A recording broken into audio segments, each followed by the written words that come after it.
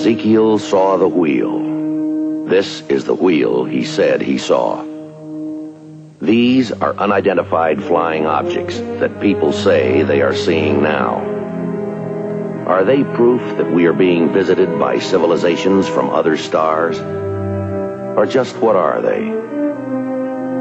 The United States Air Force began an investigation of this high strangeness in a search for the truth. What you are about to see is part of that 20-year search.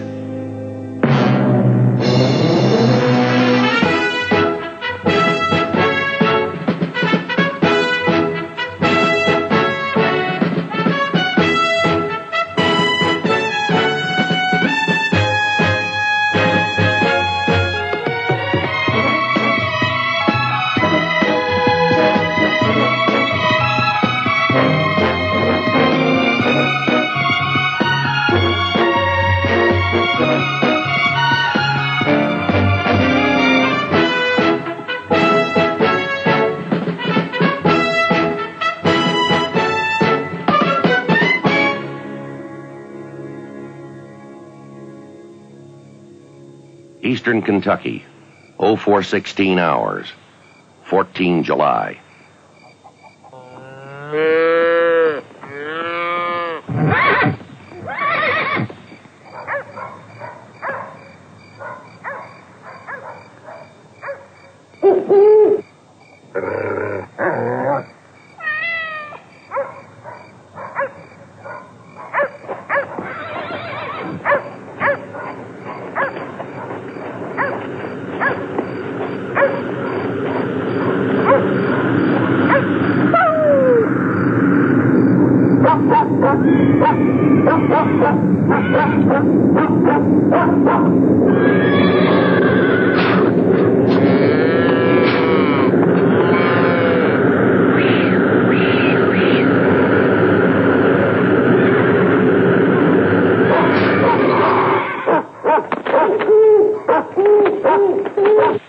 Charleston, West Virginia, 0437 hours, 14 July.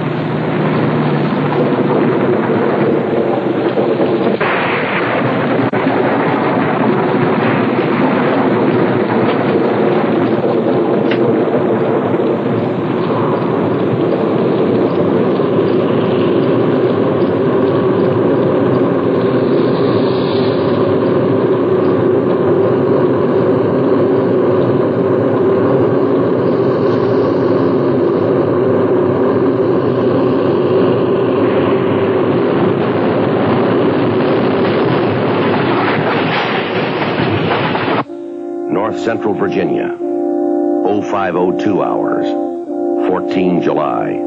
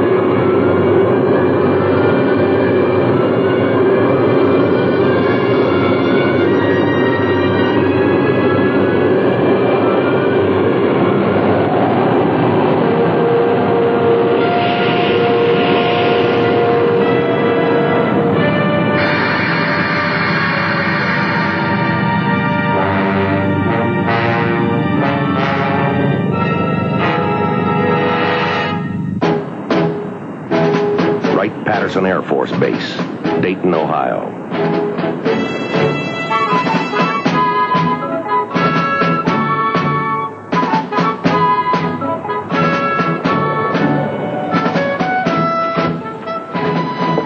Good morning, Sergeant. Major? Glad you could make it. I tried your barracks. Where'd they find you? In love. Still? Or again? Constantly. They call Libby? On her way. You know, Major, I knew it. I told you last night Venus was going to be in full bloom. Yeah, I didn't know you were talking about the sky. Very good, sir. I like that. What we got? A farmer named Anderson and his wife saw a light dancing in the sky at about 04:15. Eastern Kentucky, 10 miles south of Flatridge. Any confirms? Not yet. I called Fort Campbell. They've dispatched an intelligence team to interview. They'll teletype us.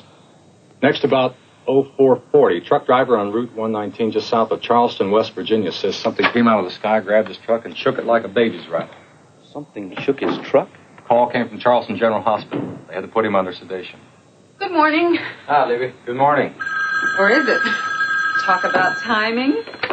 Blue Book. Check out those two sightings and see if we've got anything in between. Yes, sir. Go ahead.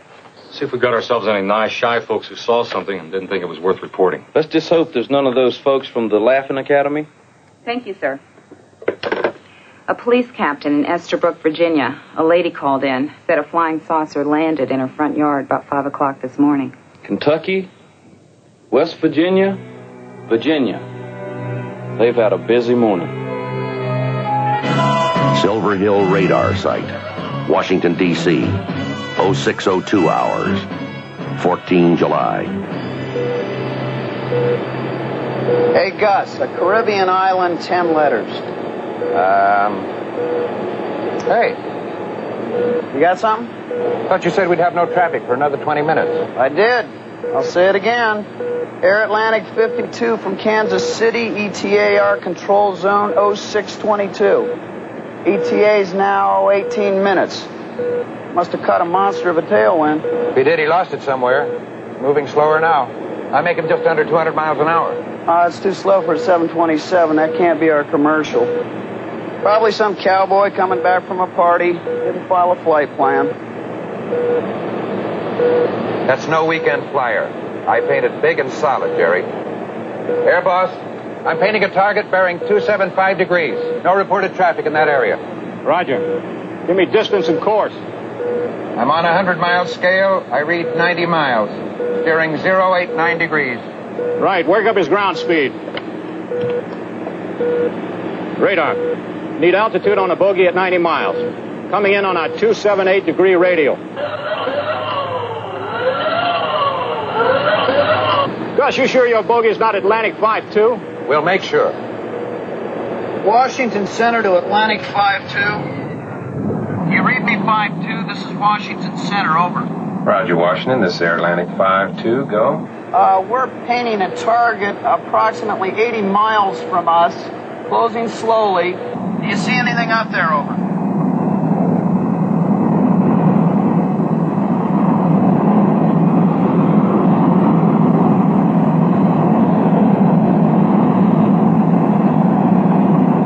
Negative, Washington. We see nothing. We show 145 miles from you on flight plan and schedule. Over. Roger. Can you give me your altitude and airspeed? Over. 52 here, flight level 330, speed 295 knots. Inbound, Nottingham fixed, 278 radio.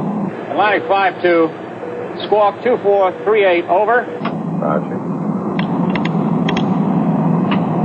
Squawking 2438. Atlantic 5-2 is still way out of range. We still got our unknown. Radar, still waiting for a readout on our bogey. Roger, thanks. Our unknown is at 6,000 feet. Just ask Atlantic 52 to take another look-see. A real careful look. This is Washington Center to Atlantic 52. We confirm your flight level 330. Start your descent to flight level 200. Report out of 330. Over. Roger, Washington. Atlantic 52. Coming out of flight level 330 right now. Kind of early, aren't we, good buddy? Over. Fly now 270, radial Nottingham. We want you south of present course. We'll turn you shortly and have you over the Oxon fix for your approach to runway 36. When you're level at 200, look for visual at 10 o'clock low. Over? Roger, Washington. What exactly are we looking for? You tell us. We still paint that same unknown at 6,000. Bearing 279 degrees. Eyeball carefully.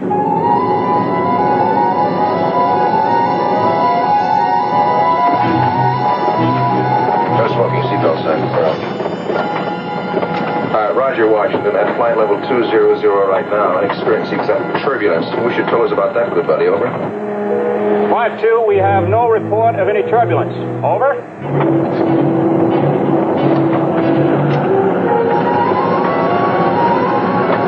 Roger, Washington. We believe we see, Say again? You see what, 5-2? I don't know. Looks like a big ball of light hanging in the sky below us. More like a football. Shall we go down and take a closer look? Negative, 5-2. You got a load of passengers want to get home without a side trip. Continue your approach to runway 36. Contact approach control now, 217.4. Roger, Washington. Will do.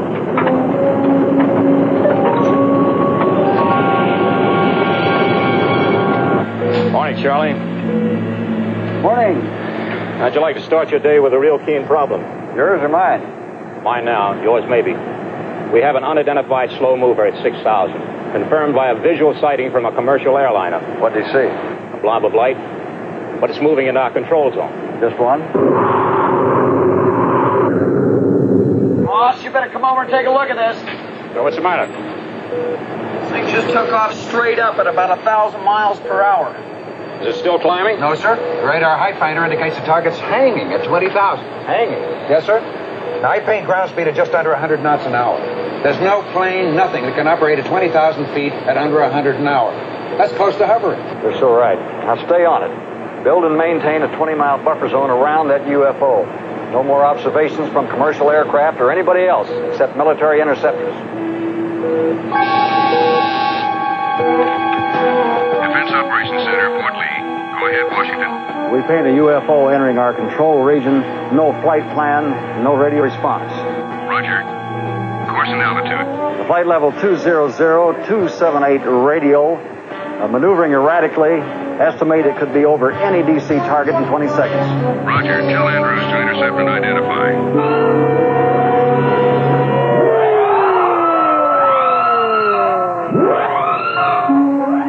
Andrews Air Force Base, Maryland, 0617 hours, 14 July.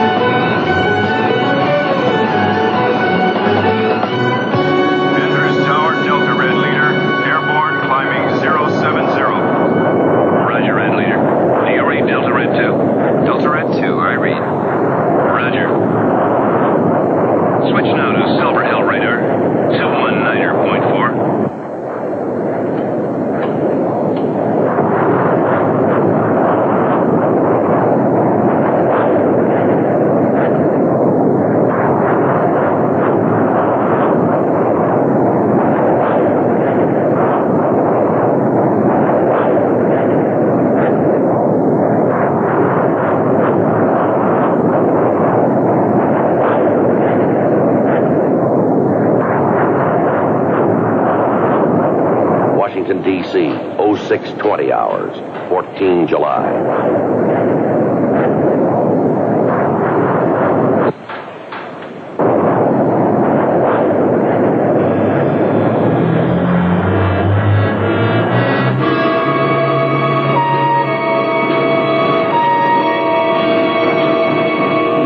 Silver Hill, Delta Red Leader. Hydraulic failure, aborting, returning to base. Roger, Red Leader. Delta Red 2, continue intercept. Delta Red 2, A firm.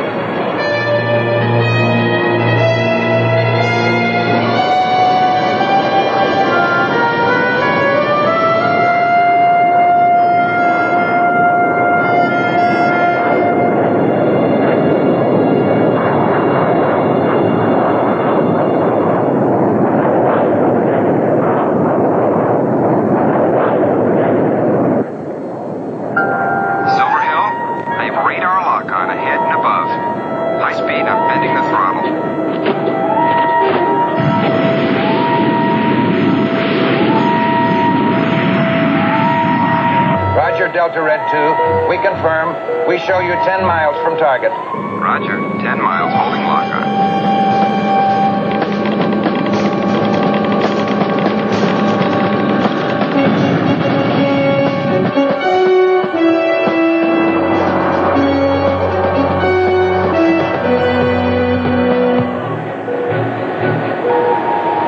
I've lost the bogey.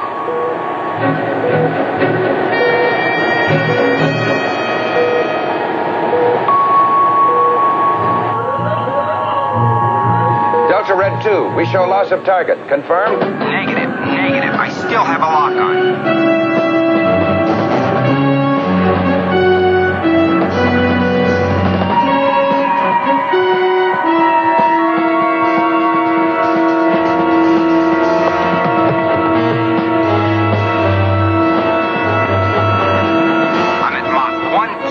Going through 20,000. He's staying ahead of me, almost straight up.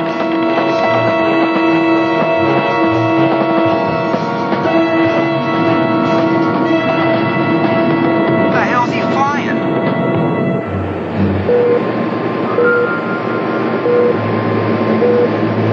There's nothing there.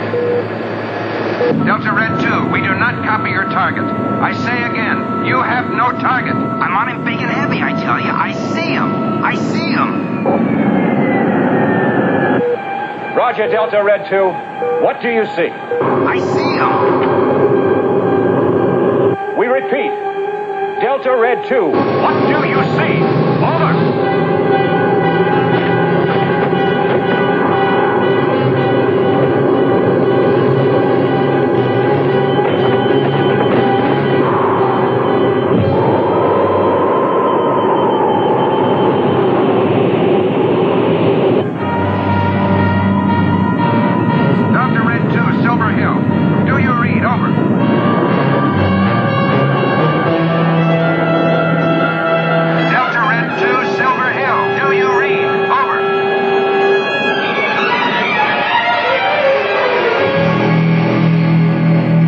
Still climbing. Well, he'd be above his service ceiling.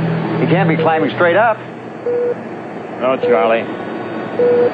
He's going straight down.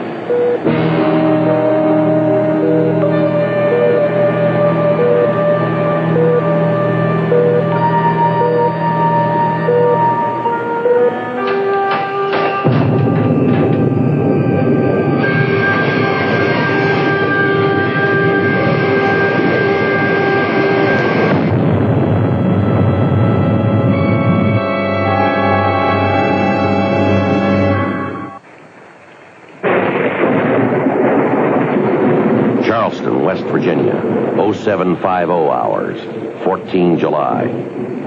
Anyway, I was beat. I couldn't even see through the windshield. So I pulled off onto the shoulder to take a break, you know. I'm just about to light up a smoke. When I see this light, you know, like a hunk of fire. And it was barreling right at me like a red-hot bowling ball.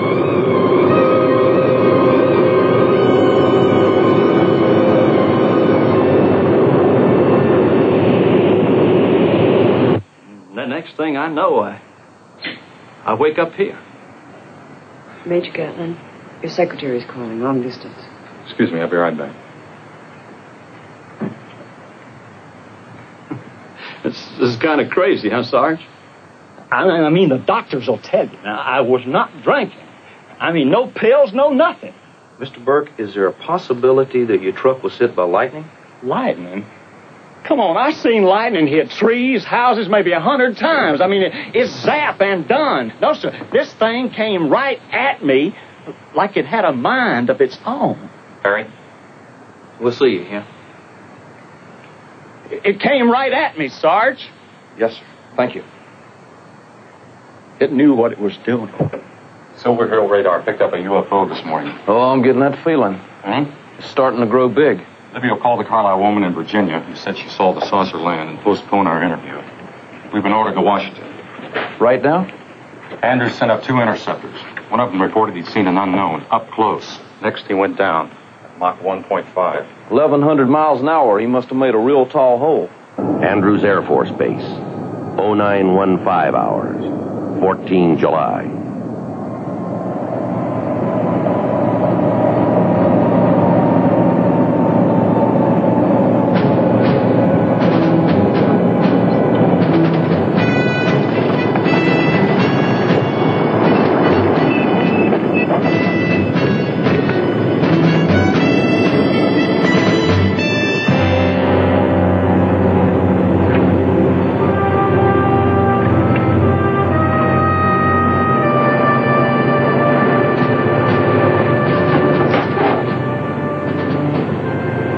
Fritz, I'm Gatlin, Project Blue Book.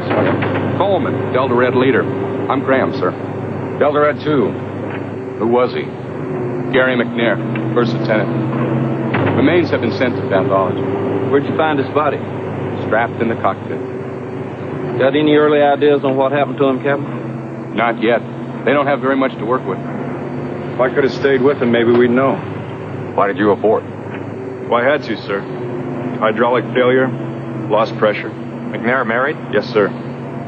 No children. We haven't been able to find the plane's canopy. If it flew at that height, it could be anywhere. Why should it? He didn't eject. No. And that's a very large why not. His ejection mechanism was sound. No failure there. But if he lost his canopy at 60,000... That's right at the aircraft service ceiling. Is he some kind of hot dog? No, sir. I checked that. His rating was excellent. Then it's a good bet he must have been chasing something at that altitude. I understand that National Airport reported to Silver Hill radar that they had identical readings on that unknown. Is that confirmed? Confirmed, sir. There's no canopy, so we obviously lost it. The depressurization at 60,000 hits him like a blunt instrument, and it's all over. Yes, sir. Might have happened that way. Yeah, might have. I think we got to do better than that. Let's find that canopy. Washington, D.C., 1219 hours, 14 July. Gary James McNair, 26 years old. Joined the Air Force after 4 years at Cal Berkeley. When was his last physical? 7 weeks ago. Including psychiatric? Routine. You beginning to think he might have blown it up there? I don't know. He reported chasing a target when ground radar showed nothing. You tell me, Harry. Air Force 19, this is Andrews, motor pool. 19, go ahead. We have a telephone patch for Major Gatlin from Captain Graham. Affirmative, go ahead. Gatlin here. Graham, sir. We found that F-106 canopy 4 miles from the crash site. It's in the lab now. Outstanding, Captain. How soon can you have it for us? We've got to make dye tests, Magnaflex. We need a day, sir. Can you make it any sooner? No, sir. Not if you want qualified answers. Sorry. All right, thanks, Captain. 10-4. Ever think of retiring, Major? We could open up a live bait store in Death Valley.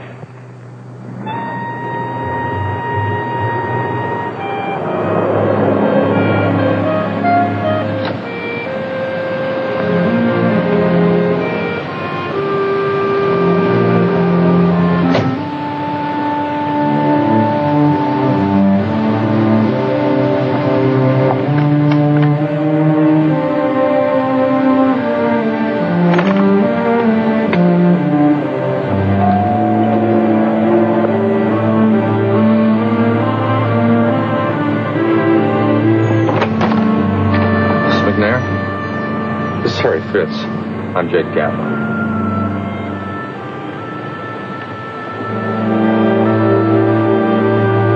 I'd like to extend our deepest sympathies. Yeah. The chaplain and the base commander were here this morning. I know it's very difficult for you, but we have to ask you some questions. If you could just tell us how your husband felt yesterday. We're just trying to reconstruct your husband's frame of mind when he got in that airplane this morning. My husband is dead. Now you leave me alone. Miss McNair, we're just trying to determine if... Something happened up there, didn't it? You're hiding something from me. You'd better tell me what you're hiding from me. You tell me.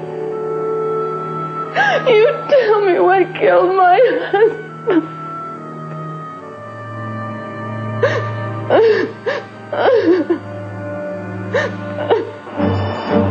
Andrews Air Force Base, 0916 hours, 15 July. The cracks marked in green indicate those fractures we believe were caused when the canopy struck the ground. The ones marked in red we believe occurred during flight. Dye tests are not infallible, am I right? Yes, sir. They run about 75% accurate. It's that other 25% we're interested in. Yes, sir. The pilot did not eject. He didn't blow the canopy. Yet it was separated from the aircraft during the flight. We found it 4 miles from the crash site. Sir, what caused it to separate during flight? Simple loss of pressure. The canopy fractured, cracked. It was ripped right off the aircraft. What caused it to fracture? Structural fatigue? No, sir. Not according to our periodic maintenance check 2 weeks ago. The aircraft had 8 flights prior to the crash. No write-ups. Then, sir, what caused the canopy to crack during flight? This piece of hardware fell 60,000 feet to the ground. The Major said it. Dye tests are not infallible, but that's what happened. Has to be. Has to? What else could it be, Major?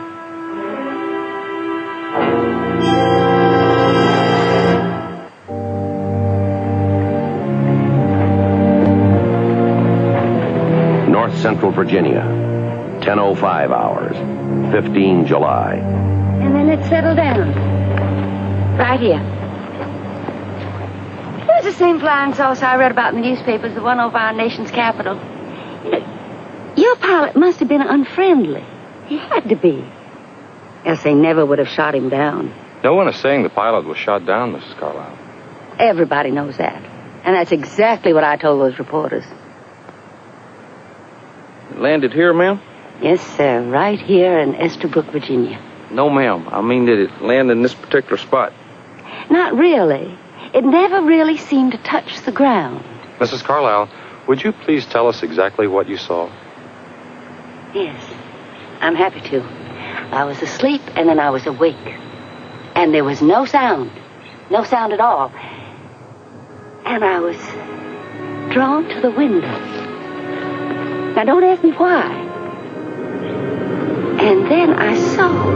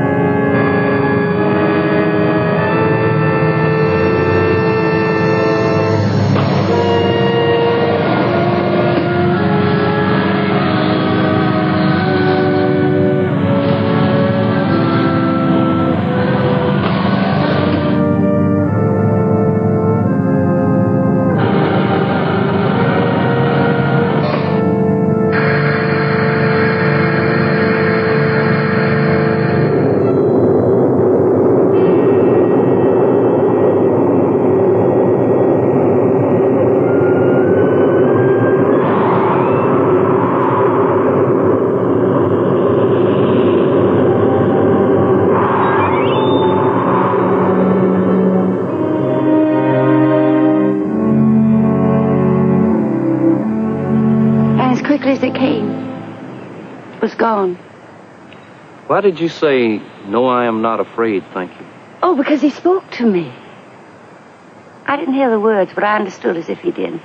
He told me they were visitors, and they meant us no harm. Yes, ma'am. Oh, I felt wonderful after they left, all tingly and excited, full of energy. Oh, excuse me. That's telephone. Will you Yes, excuse ma'am. me, gentlemen? Let's take a sample. Check it for radiation. Do you believe her? I don't know what to believe, Harry. I don't know what other people see. I don't know what that dead pilot saw on his radar that people on the ground didn't see. Or what he saw in the air that made him fly at it. Or what happened to him because he saw it and the rest of us didn't. You know, I'm coming to one real conclusion about this job. What's that? We got more unanswered questions than a Senate subcommittee.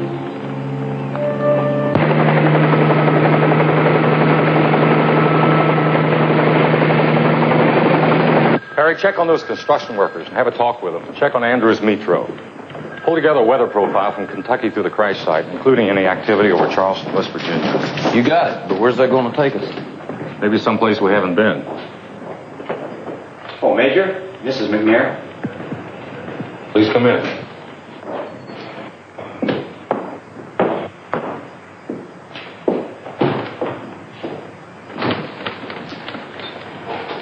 Have a seat. Major, they've sealed the casket. We're just trying to make it easy for you. Then make it easy. Let me see my husband's body. Mrs. McNair, your husband's aircraft hit the ground over 1,000 miles an hour. I don't think you want to see him. Not according to the autopsy report.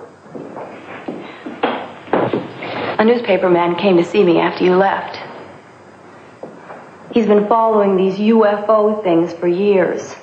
He says that my husband could have been snatched right out of that plane before it ever crashed. He says that the Air Force is afraid to admit that it's helpless against some power from another world. Now, that Carlisle woman in Virginia, she saw the thing. He's using you. Believe me, I've seen it before. Hang on to your husband's memory. Don't turn it into a sideshow. I just want to know what happened to Gary. I think something might have happened to his aircraft. How, Major? They're still machines. That's it. That's all you've got to tell me? That's all we know so far. Mrs. McNair, all that newspaper man will tell you is what you want to hear. Maybe. But not what you want to read. I promise you. Major? Major Gatlin, you're wanted at the Pentagon.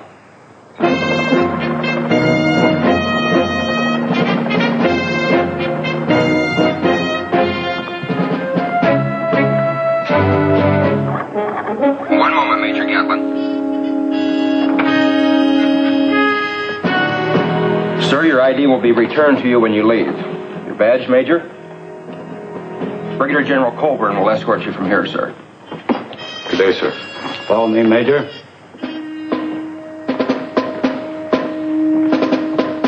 Stand behind me, please.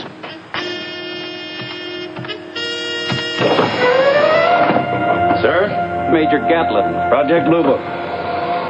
All right now, Major, please be good enough to tell us what in hell is going on. No definite explanation, sir. Not yet.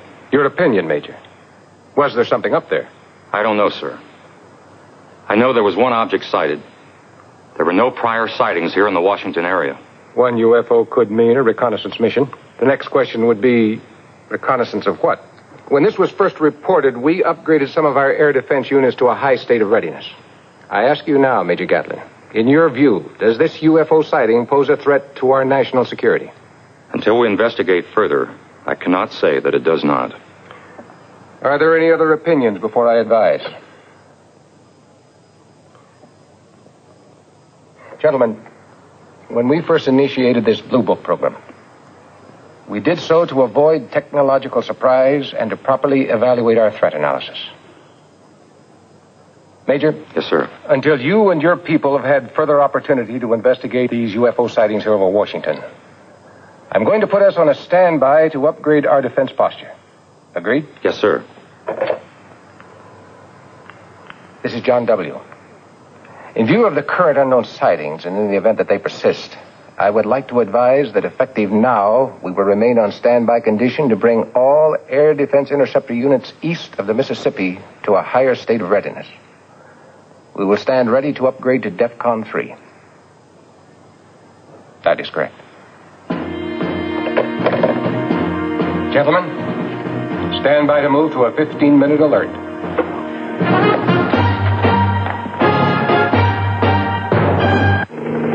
Is that your leader deplaning the Pentagon Express? That's him. Been down to operations, right? About that Washington jazz, them UFOs. That's what he's been talking about, right? Wrong. He was down there getting you the Good Conduct Medal for tending to your own business.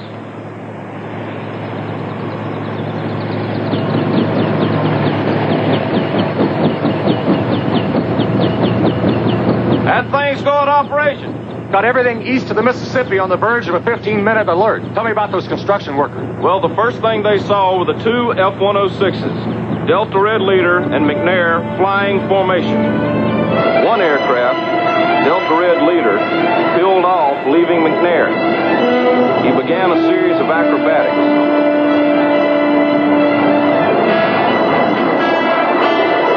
According to the two construction guys, he was in a real dogfight. Only one thing missing, the enemy. McNair was all by himself up there. Then suddenly he went into a steep climb, straight up. A few seconds later, they saw McNair again, heading straight down. They see anything else? They saw the flame from the crash and they heard the double sonic boom. Well, if we believe them, and why shouldn't we? Then those construction men didn't see the same thing that McNair thought he saw. Well, maybe Lieutenant McNair saw something that wasn't where he saw it. Did you get that weather profile from Andrews Metro? Yes, sir, you ask and you got. SKU-T log P tells us there was a well of an inversion all the way from Kentucky through the crash site. Heavy isolated thunderstorm activity smack over Charleston, West Virginia. You have a rush? What's a rush? Gamblers talk when you feel you're getting lucky. I'd call it a notion. Well, where's your notion taking us? Silver Hill Radar. I'll brief you on the way.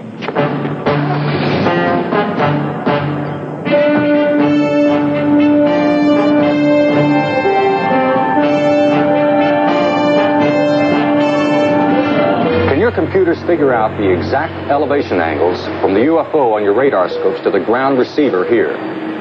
Why? Because maybe the signal bounced. Say again? Bounced or reflected. There was a heavy temperature inversion from 6 to 20,000 feet all the way from Kentucky through the crash site, including isolated thunderstorms over the Charleston, West Virginia area. Now, we get our copy of SKU-T, log P. Just what are you saying? We're saying that maybe, just maybe, your signal bounced off that inversion, hit something on the ground, and came back to you the same way. No sale. Is it possible? Let me ask you. That pilot locked onto something up there, and he died trying to prove it. We had a visual sighting from a commercial aircraft. Andrews' radar, national airports, and ours. We all painted the same bogey. Are you saying we're all wrong? We're asking you to tell us. Well, it'll take time to work out those elevations. If it's even possible. Look, sir. The Air Force is sitting on the edge of a third stage alert. Now, if there was or is anything up there, we damn well have to know, and now. We'll go after it, Major. What is a 1 in a million shot? That's all we need, just that one.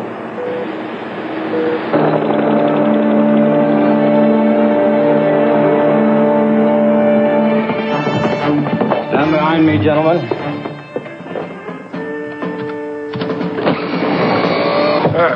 Major Gatlin, Sergeant Harry Fitz, Project Blue Book. Major, we've reviewed your findings concerning the various reported sightings and the McNair incident. Anything further to add? No, sir. All right.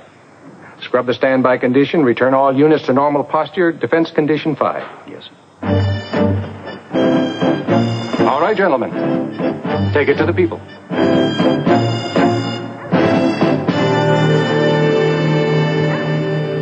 Our investigations lead us to believe that you people may have seen reflected light. The reflection could have been caused by a rare weather condition that existed that morning.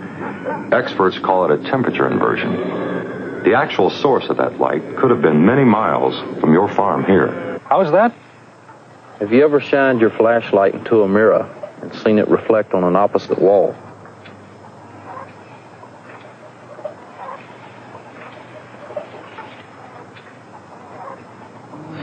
The wife don't believe you. I can't figure out the ignition here. It sure ain't been the same since that night. That may have something to do with what we believe happened to you on the night of the 14th. Oh? How so? You remember how severe the storm was that night?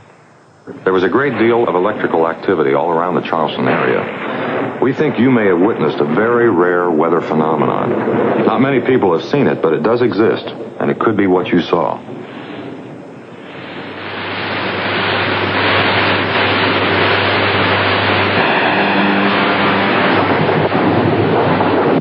Whatever it was, it knew what it was up to.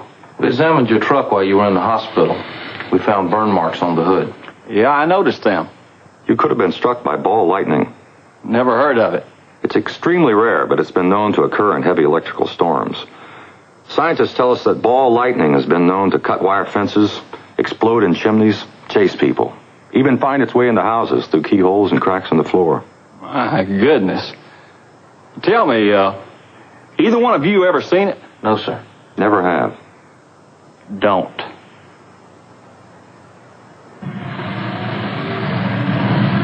There's no way we can tell you that you did not see what you tell us you saw. However, we found no physical evidence to confirm your sighting. Well, I don't need any proof. I saw what I saw. Yes, ma'am. But we found no evidence of radiation here. Now, what's that supposed to mean? The machine you say you saw would have to be powered by some means. The most likely possibility would be a system that would leave behind traces of radioactivity, to the best of our knowledge. Uh-huh. To the best of our knowledge. Why? We didn't use it to get to the moon. No, ma'am. But we did leave evidence of our visit behind. Because we didn't have the means to bring back all those expensive gadgets. Now, did we?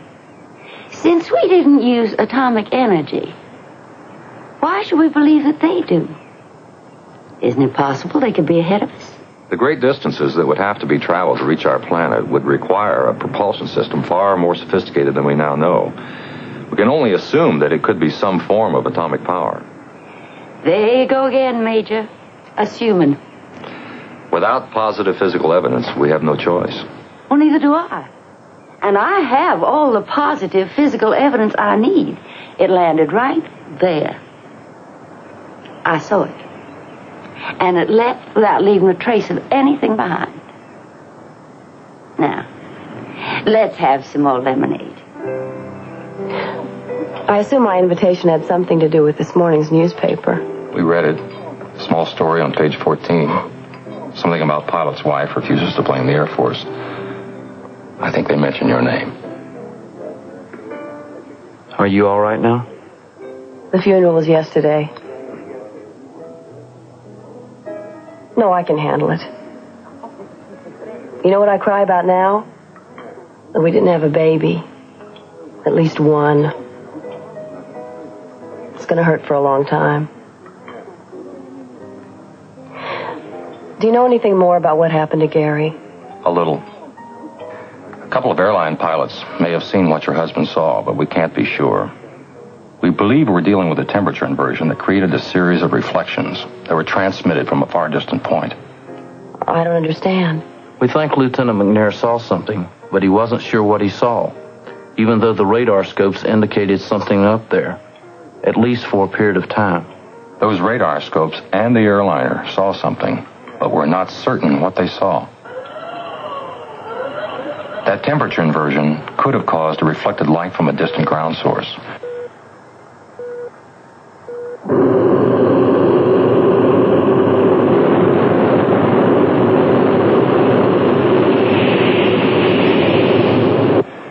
Your husband and a flight leader were scrambled from Andrews Air Force Base in an effort to confirm what the radar saw and what the airliner saw.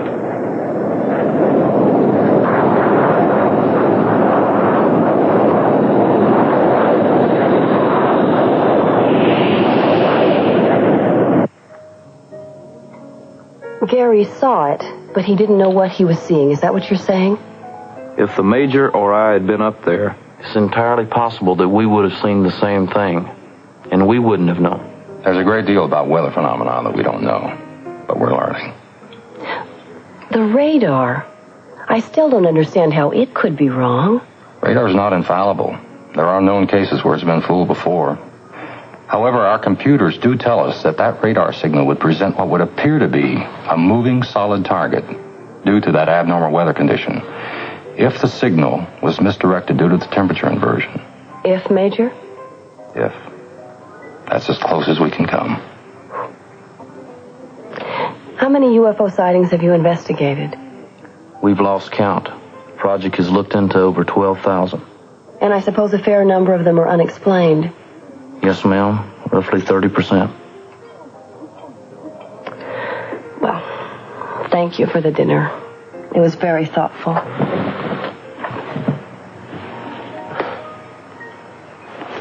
My husband, Major. Are you satisfied? No, I'm not. Thank you.